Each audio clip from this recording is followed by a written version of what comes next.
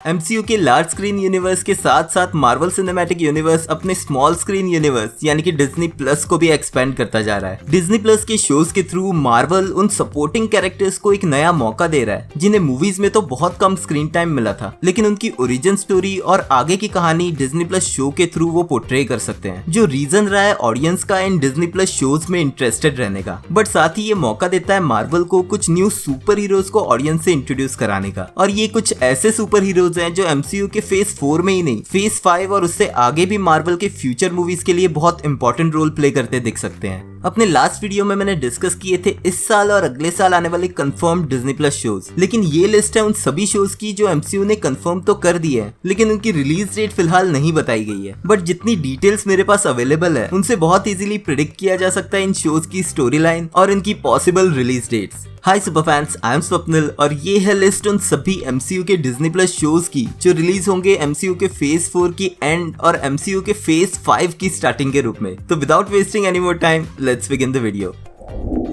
Loki season 2 God of mischief के return के रूप में हमें पिछले साल देखने मिला इस 6 एपिसोड का Loki season 1। Avengers end game में अवेंजर्स की टाइम हाइस्ट के बीच एक छोटी सी गलती की वजह से लोकी के हाथ लग गया टेसरेक्ट, जिसने उसे पहुंचा दिया एक और ब्रांच टाइमलाइन में, जहां इंट्रोड्यूस हुई टीवीए यानी कि टाइम वेरिएंस अथॉरिटी, जो हैंडल करती है ऐसे ही सभी वेरिएंट्स को। लोकी सीरीज ने एमसीयू को एक सेक्रेट टाइमलाइन के रूप में दिखाया और हमें बताया गया कि इसे कंट्रोल और मॉनिटर करते हैं टाइम कीपर्स, लेकिन सीरीज के एंड में ये रिवील हुआ कि सब के पीछे कैंग द कंकरर का एक वेरिएंट ही हू रिमेन्स। सीरीज के एंड में सिल्वी के ही हू रिमेन्स को मारने के बाद हमने देखा सेक्रेट टाइमलाइन को मल्टीपल ब्रांचेस में स्प्लिट होते हुए, और सीजन खत्म हुआ लोकी के एक ऐसे ऑल्टरनेट टाइमलाइन वाले यूनिवर्स में होने पे जहां पर हमें स्टैचू दिखा कैंग द कंकरर का। अब ये तो 100% कंफर्म्ड है कि अगले साल 17 फरवरी को रिलीज होने वाली Ant Man and the Wasp Quantumania में विलन के रूप में कैंग द कंकरर हमें फिर से दिखेगा। और जहां भी इस मूवी की एंडिंग होती है, लोकी का सीजन 2 एमसीयू के डिज्नी प्लस शो के थ्रू उसी स्टोरी को कंटिन्यू करेगा। सीजन 2 में हमें बहुत सारे रिटर्निंग कैरेक्टर्स देखने मिलेंगे, जिनमें सबसे इंपॉर्टेंट होगी सिल्वी, जिसने ही हू रिमेन्स को मार के वो नेक्सस इवेंट क्रिएट किया है जिससे सेक्रेट टाइमलाइन ब्रेक हो चुकी है। इसके अलावा टीवीए टीम के भी बहुत सारे ऐसे मेंबर्स हैं जिनमें हंटर B15, जज रेंसलेयर और मोबियस सीजन 1 की एंडिंग में अपनी रियलिटी और अपना पास्ट पता करने की कोशिश में दिखे थे, और ये सारी चीजें एक्सप्लेन की जाएंगी सीजन 2 के थ्रू ही। लोकी के सीजन 2 की शूटिंग ऑलरेडी जून में शुरू हो चुकी है और रूमर्ड है कि शो प्रीमियर होगा अगले साल मिड जून में, लेकिन इतने सारे डिज्नी प्लस के शोज ऑलरेडी लाइंड अप है अगले साल रिलीज होने के लिए, तो ये देखना इंटरेस्टिंग होगा कि कौन सा शो लोकी के सीजन 2 की वजह से डिले किया जाता है। What if season 2 Disney plus पे एमसीयू के फर्स्ट एनिमेटेड शो के रूप में पिछले साल हमें देखने मिला व्हाट इफ का सीजन 1। यहाँ हमें दिखाए गए कुछ ऐसे ऑल्टरनेट यूनिवर्सेस और ऑल्टरनेट रियलिटीज जहाँ सिर्फ एक छोटे से चेंज की वजह से आगे की कंप्लीट स्टोरी चेंज हो गई थी। ये शो डायरेक्टली बेस्ड था मार्वल कॉमिक्स की इसी नाम की एक मिनी सीरीज पे। यहाँ हमें टोटल 9 एपिसोड्स के थ्रू अलग अलग सिनारियोस दिखाए गए, जहाँ एक छोटी सी चॉइस और डिसीजन की वजह से उन यूनिवर्स की आगे की स्टोरी टोटली चेंज हो गई। इसी वजह से सीरीज में हमें कुछ न्यू कैरेक्टर्स देखने मिले, जैसे कि captain quarter, टचाला star Lord, Steve Rogers का हाइड्रा स्टॉम्पर, स्ट्रेंज सुप्रीम के रूप में एक इवल डॉक्टर स्ट्रेंज, एक मार्वल ज़ॉम्बीज पे बेस्ड पूरी कहानी, और इवन एक अच्छा थैनोस भी दिखा। व्हाट इफ सीरीज की हर कहानी को एक्सप्लेन करता दिखा हमें एमसीयू का वॉचर। सीजन 1 के लास्ट 2 एपिसोड्स में हमें देखने मिला एक ऐसा अल्ट्रॉन जो सभी इन्फिनिटी स्टोन्स की पावर से इतना स्ट्रॉन्ग हो गया था कि उसने वॉचर को ही मारने की कोशिश की, जिसके बाद वॉचर को मदद लेनी पड़ी सभी अवेंजर्स और इवन एक डार्क डॉक्टर स्ट्रेंज यानी कि स्ट्रेंज सुप्रीम से भी, और सीजन फिनाले में सभी मिलकर उस अल्ट्रॉन को सिर्फ कैप्चर ही कर पाए। व्हाट इफ के सीजन 2 में हमें फिर से कुछ इंपॉर्टेंट कैरेक्टर्स जैसे कि कैप्टन कार्टर के अलावा टोनी स्टार्क और गमोरा भी दिखेंगे। टोनी स्टार्क और गमोरा पे बेस्ड एक एपिसोड सीजन 1 में ही दिखने वाला था, लेकिन कोविड की वजह से एपिसोड कंप्लीट ना हो पाने पे लास्ट मोमेंट पे इस एपिसोड को सीजन 2 में शिफ्ट कर दिया गया है। इनके अलावा एक्सपेक्टेड कैरेक्टर्स में watcher, superior Ultron, nebula, Avengers की पूरी टीम और लास्ट ईयर और इस ईयर रिलीज हुई मूवीज और शोज के थ्रू कुछ और न्यू कैरेक्टर्स जैसे कि अमेरिका शेवेज, इल्यूमिनाटी की टीम और होपफुली एक्समैन भी दिख सकते हैं। व्हाट इफ के सीजन 2 में भी फर्स्ट सीजन की तरह 9 एपिसोड्स हो सकते हैं, और ये शो रिलीज होगा अगले साल के एंड में यानी कि लेट 2023 में।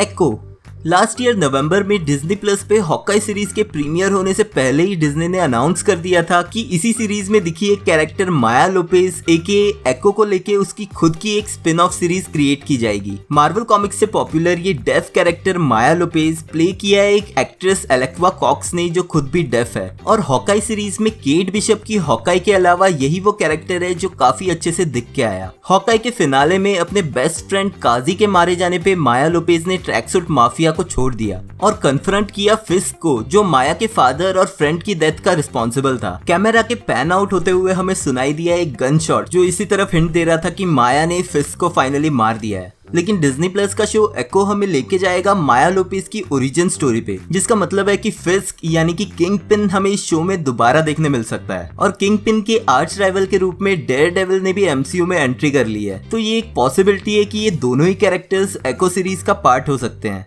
इस सीरीज की रिलीज डेट फिलहाल कंफर्म नहीं है, लेकिन इसी साल अप्रैल में इस शो की फिल्मिंग ऑलरेडी शुरू हो चुकी है, जिसका मतलब है कि ये शो अगले साल लेट 2023 में रिलीज हो सकता है।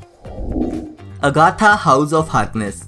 एमसीयू के शो वांडाविजन के थ्रू अपना फर्स्ट अपीयरेंस करके अगाथा के थ्रू हमें मिली इस यूनिवर्स की सेकंड पावरफुल विच, और एको के बाद ये वो सेकंड कैरेक्टर है जिसने डेब्यू एमसीयू के डिज्नी प्लस शो से ही किया, लेकिन उस शो के थ्रू उसे मिल गया एक और स्पिन ऑफ शो। ये शो भी दिखाएगा एक तरह से अगाथा की पास्ट की स्टोरी, जो भरी होगी बहुत सारे ट्विस्ट के साथ साथ डार्क मैजिक से। Although Agatha house of Harkness की स्टोरी को काफी सीक्रेट रखा जा रहा है, लेकिन इतना कंफर्म्ड है कि ये सीरीज एक डार्क कॉमेडी के रूप में दिखाई जाएगी। हो सकता है कि इसी सीरीज के थ्रू हमें इंट्रोड्यूस किया जाए अगाथा के बेटे निकोलस क्रैच से भी, जिसे उसने मेंशन किया था वांडाविजन में। और क्योंकि अगाथा हार्कनेस मार्वल कॉमिक्स में बहुत इंपॉर्टेंट पार्ट रही है, तो रूमर्ड है कि इसी सीरीज के थ्रू डार्क एवेंजर्स की स्टोरी लाइन भी एमसीयू का पार्ट बन सकती है। इस शो की शूटिंग फिलहाल शुरू नहीं हुई है और मोस्ट प्रोबेबली ये शुरू होगी अगले साल, जिसका मतलब है कि अगाथा हाउस ऑफ हार्कनेस हमें देखने मिल सकता है साल 2024 में।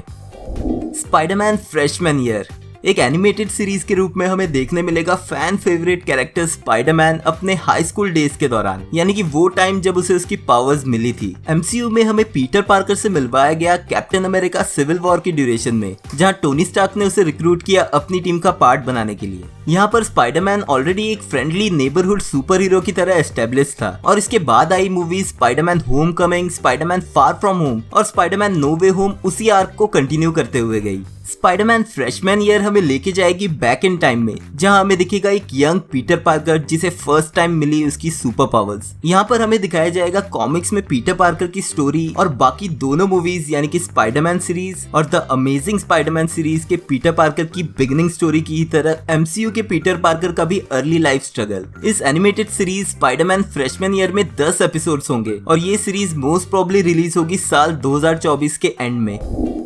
Marvel zombies.